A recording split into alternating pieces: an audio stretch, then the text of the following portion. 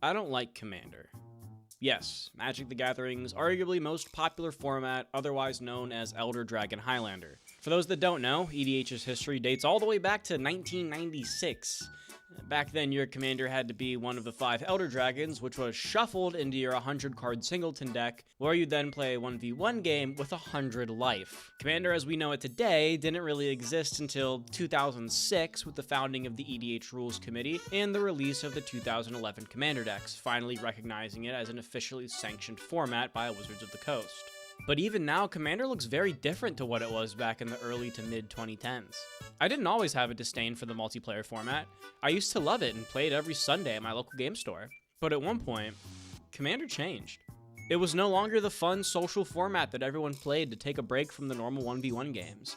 Now it's something else entirely. It's hard to pinpoint exactly when Commander took its turn towards its current state, but I'd probably say around 2015 to 2017 is when the shift began. The shift that turned a game I loved into a game I detested. So let's take a look at exactly why I dislike Commander and why I think Twin Suns is actually kinda based.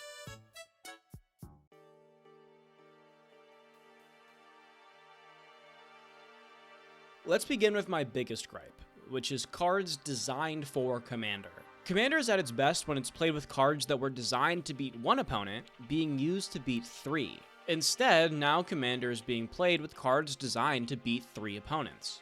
What used to make Commander so fun was that it was this format where you could play all the cool cards that were either too expensive or too slow in 1v1 formats. But now we have cards that are too expensive or too slow for Commander.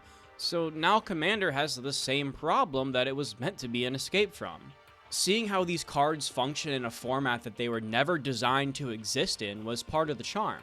Commander was a format where you could build your deck with the understanding that it was almost guaranteed you'd make it to a turn where you had 8 to 9 mana to work with. Because life totals were so high and you had so many opponents, you would naturally be able to make it to the stage in the game where you could reasonably play these otherwise really expensive cards.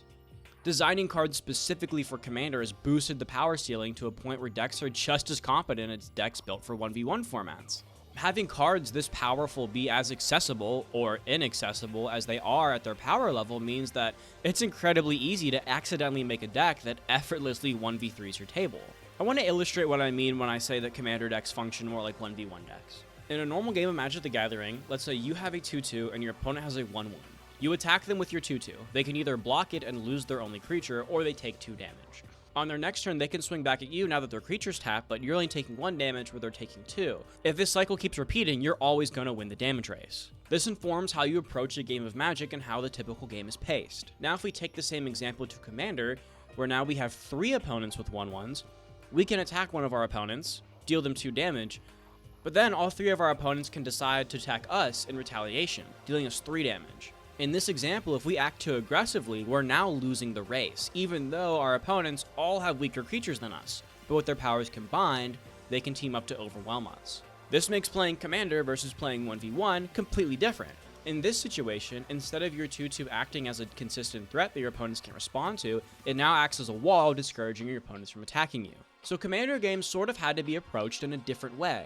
Now with cards being designed specifically for Commander, the card quality is so high that our 2-2 now has the abilities of, when this creature attacks, put into play 2 token copies of this creature attacking each other opponent, and all your creatures get +2/+2. Now each of our opponents is taking 4, and they can only deal 3 back to us, hence we're now winning the race again, and we're playing the game like it's a 1v1 game of Commander, except we're 1v3ing people. It's a hyperbolic example, but when you play against a lot of Commander decks, and your deck isn't quite as strong as theirs, you'll see what I mean very quickly.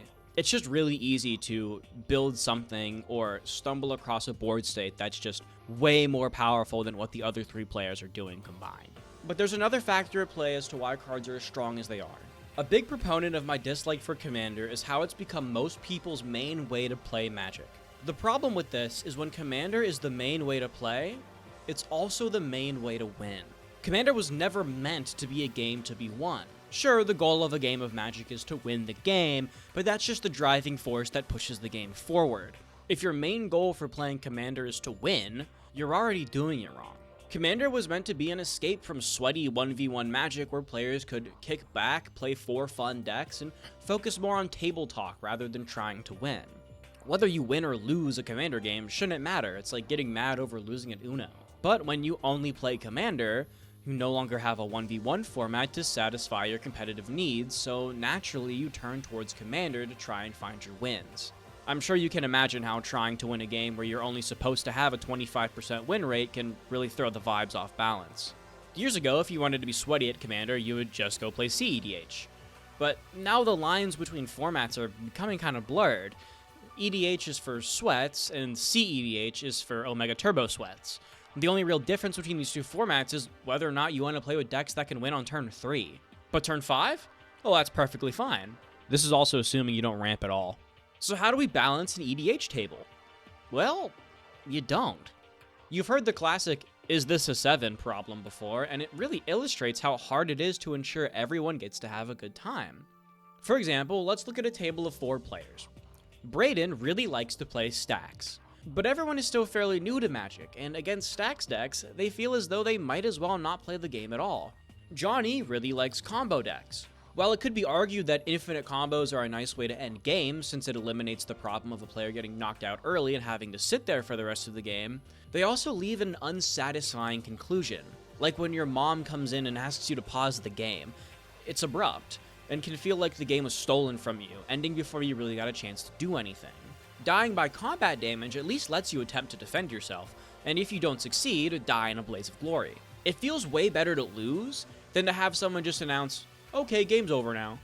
I know someone playing a big threat or making a massive board stake can also feel like, "Okay, game's over now," but the difference is like letting the movie end and just turning off the TV. Then you have Timmy, who just built his deck around fish because he thinks fish are neat. Unfortunately, fish don't really have the tools to combat stacks, infinite combos, or big boards, so he just gets run over 90% of the time. Finally, we have Timothy, who also just likes elves because he's a big fantasy nerd and wants to have an elf deck. So how do we rectify this? Well, we could ban Brayden from playing stacks cards so people could play the game, and say no infinite combos so we can foster satisfying conclusions, but then oops, look at that, Timothy has 800 elves on turn 6 and we're all dead. Balancing a commander table is essentially impossible, and the best thing you can do is to make sure everybody's at the same skill level, because what loses a majority of games is improper threat assessment and a lack of understanding about what cards do and how to beat them. But it sucks that we even have to think of this at all. Commander used to be a format where everyone could just rock up with their pet decks, but now before I even get to play, I'm presented with the challenge of trying to engineer an enjoyable game state before the games even begin. I saw that we got a Hatsune Miku's secret lair, and the idea of a Miku commander deck was hilarious. Seeing that she's Child of Alara, I'd figure I'd just throw together a cheap Gates deck. This way my win condition has an inevitable clock that makes sure games end at some point so they don't go too long, and I can also use Miku as a way to police the board to keep anyone that rockets ahead in check. This way everyone gets to play, but not get way too far ahead of each other, and if the game does stall, I have a built-in clock that just ends games at a reasonable pace. It sounded perfect. The problem? Because it's a Gates deck, it wins on an axis that newer players aren't familiar with dealing with. This took Miku from a way to keep the game in check and ensure a fun experience to an undefeated powerhouse that I've since shelved because I don't like winning, I like playing. One idea to balance a table is to only play with precons, but that deletes the funnest part of Commander, the deck building.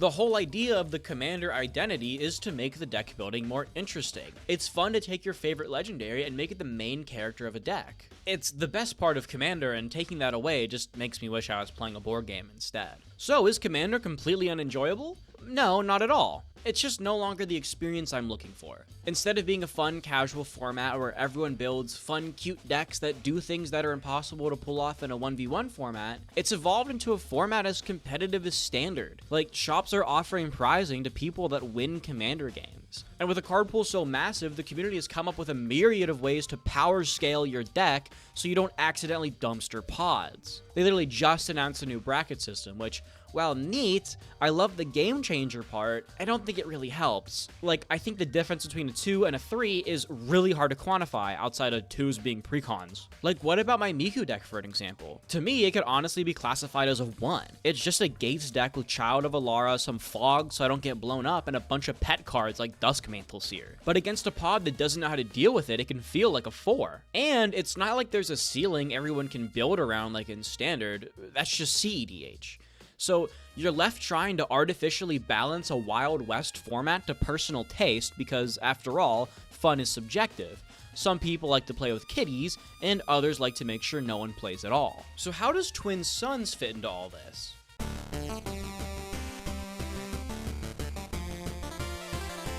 Well, let's start by going over what Twin Suns even is. Twin Suns is Star Wars Unlimited's multiplayer format. Why is it better than Commander? First, let's go over the rules. Most rules are the same, just like in Commander, but with some small additions and tweaks to the deck building.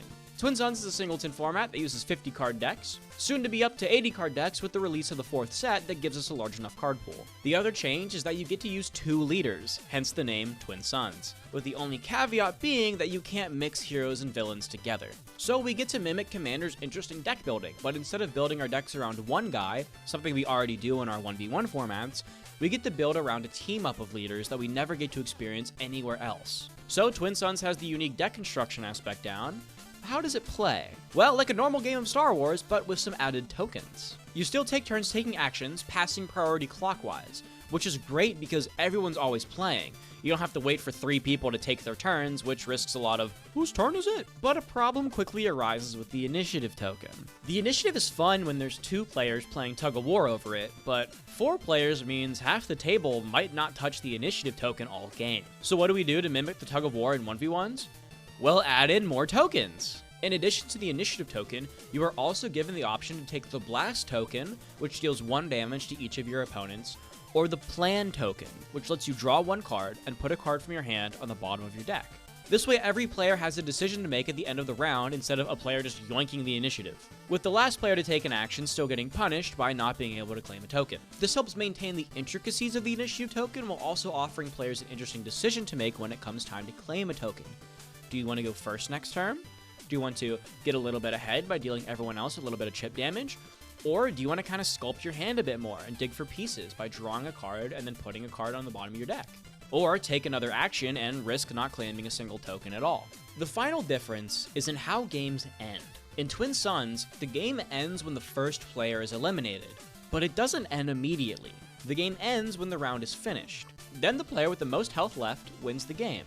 This is cool in a lot of ways. First, there's no getting eliminated and having to sit there. Since the game ends when someone dies, players will tend to all float around the same life total for most of the game.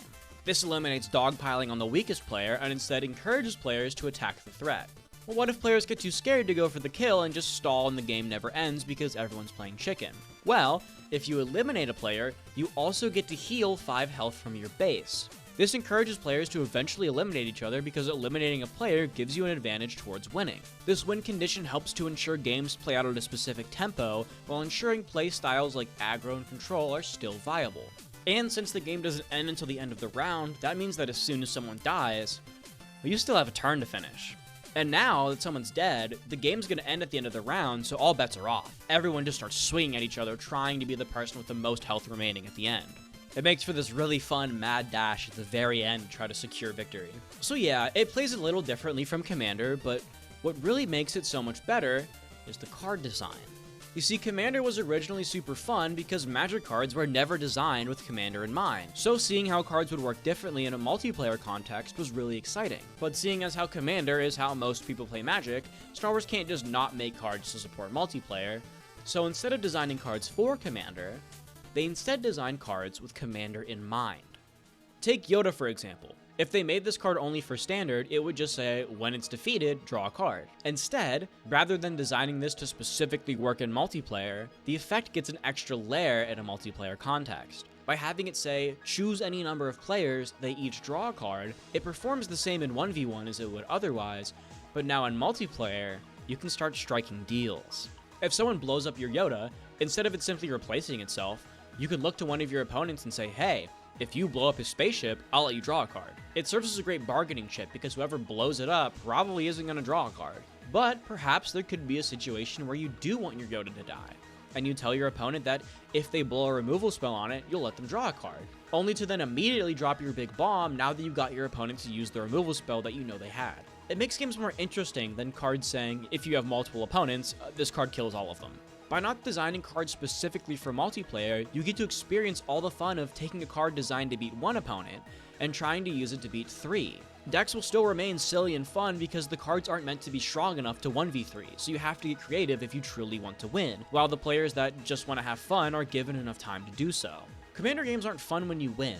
They're fun when you make it to that nail-biting ending where everyone's low on cards and life and each player is trying to scrap out a win, instead of a player getting a little too far ahead and completely taking over the game and one-shotting everybody. It's way more fun to lose in a pit fight than to get decimated by an unstoppable force. With Star Wars Unlimited being so new, we get to enjoy this period of fun, casual multiplayer where everyone gets to try out their unique and creative leader combos, and no one player is completely taking over the game on accident. And notice how I said on accident. It feels like in modern Commander, if someone goes unanswered for too long, they immediately take over the game because the Commander cards are so individually powerful. Normally this is okay, but in a pod where players are still new and lack proper threat assessment, it can get really hard to police the board when everyone's playing and a player goes, and then I play this guy and, wait a second, I think this is, yeah, this is an infinite combo. Does anybody have any interaction? No, I just spent it all dealing with Jeremy's Cranko that everybody wanted to ignore. Oh, well, looks like I win then. The only way to deal with board states like this is with board wipes, but play too many of those and everyone starts complaining, so it's either get blasted and one person has fun, or wipe the board and no one has fun.